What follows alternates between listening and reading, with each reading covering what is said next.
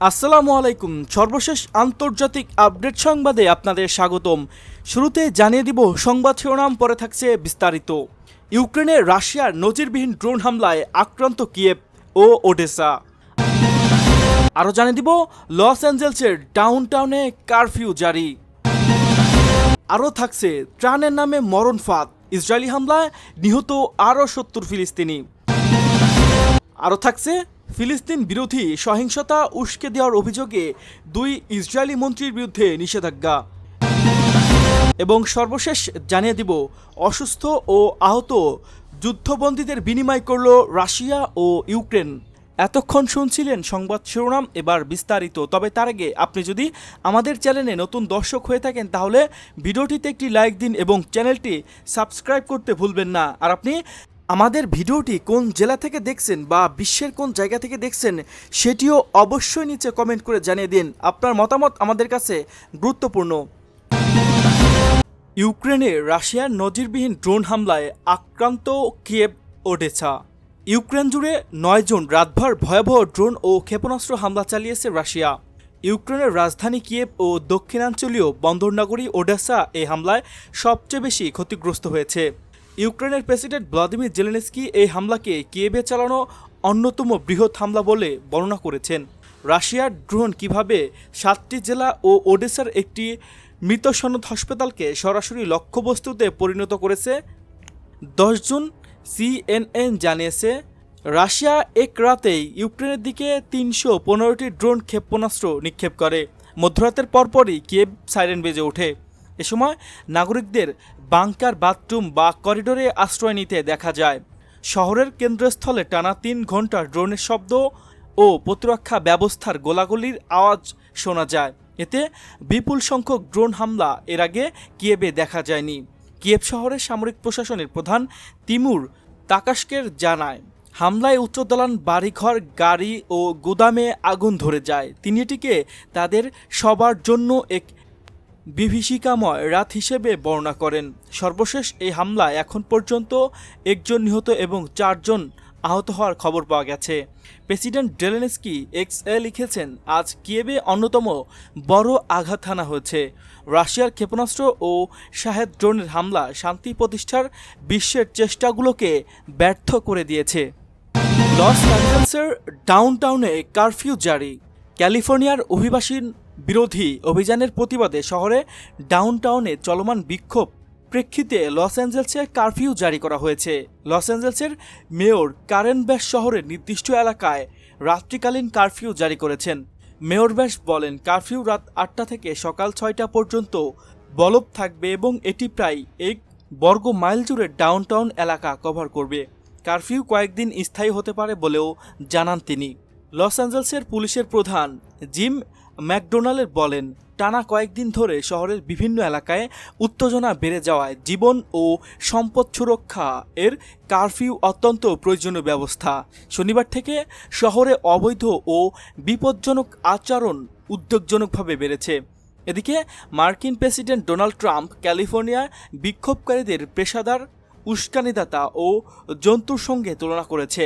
মঙ্গলবার উত্তর California fort ব্র্যাগের সেনাবাহিনীর সদস্যর সামনে বক্তব্য দেওয়ার সময় তিনি এ মন্তব্য করেন। এ সময় সেনারা কিছু ক্ষেত্রে করতালি ও উল্লাসে সাড়া দেন। লস অ্যাঞ্জেলসের মার্কিন মেরিন সেনাদের মোতায়েনের একদিন পরেই ট্রাম্পের এ মন্তব্য আসে। ইতিমধ্যে শহরের বিভিন্ন অংশে বিক্ষোভ ছড়িয়ে পড়েছে। প্রায় ৪,০০০ ন্যাশনাল গার্ড সদস্যকেও মোতায়েন করা হয়েছে।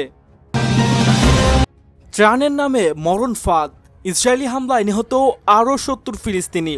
ফিলিস্তিনির অবরুদ্ধ গাজায় ইসরায়েলি হামলায় গত ২৪ ঘন্টায় আরও ৭০ ফিলিস্তিনি নিহত হয়েছেন। এছাড়া আহত হয়েছেন ২ শতাধিক মানুষ। নিহতদের মধ্যে ক্ষুধার্ত প্রার্থীও রয়েছে। ১১ জন। গাজার স্বাস্থ্য মন্ত্রণালয়ে বরাত দিয়ে এ তথ্য জানিয়েছে আল জাজিরা।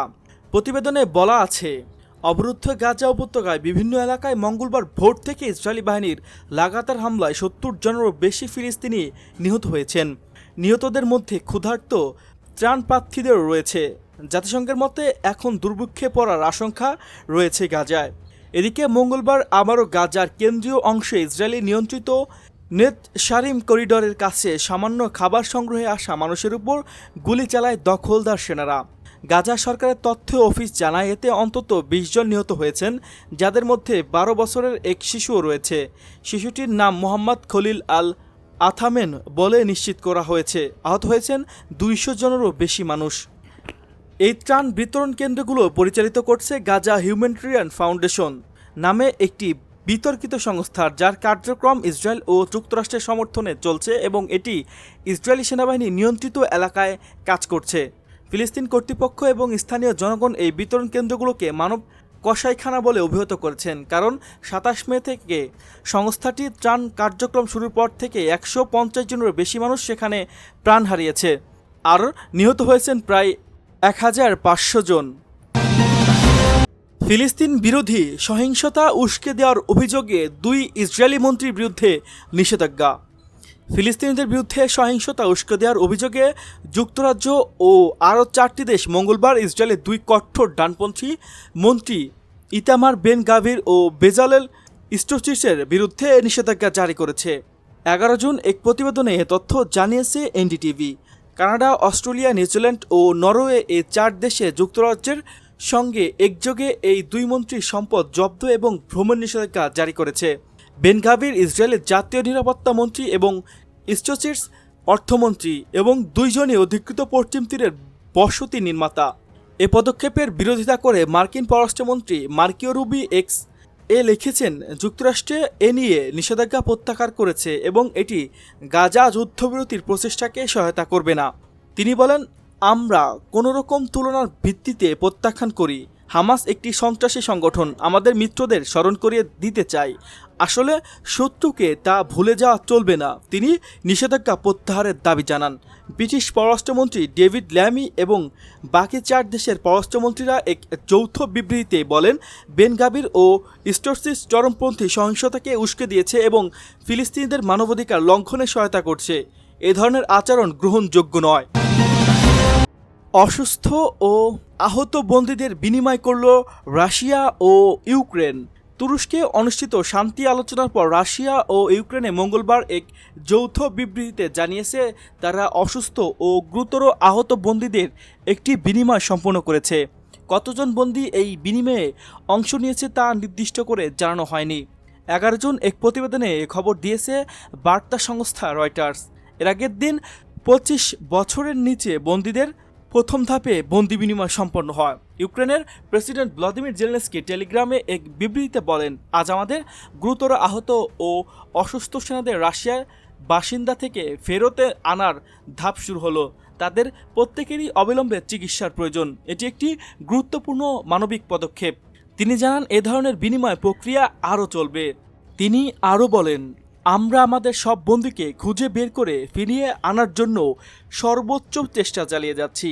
একটি সরকারি ভিডিওতে দেখা যায় ইউক্রেনের পতাকা কিংবা তাদের নিজ নিজ ইউনিটের পতাকা মোড়ানো বন্দীরা বাস থেকে নেমছে এবং অনেকেই গৌরবের ইউক্রেনের স্লোগান দিচ্ছে।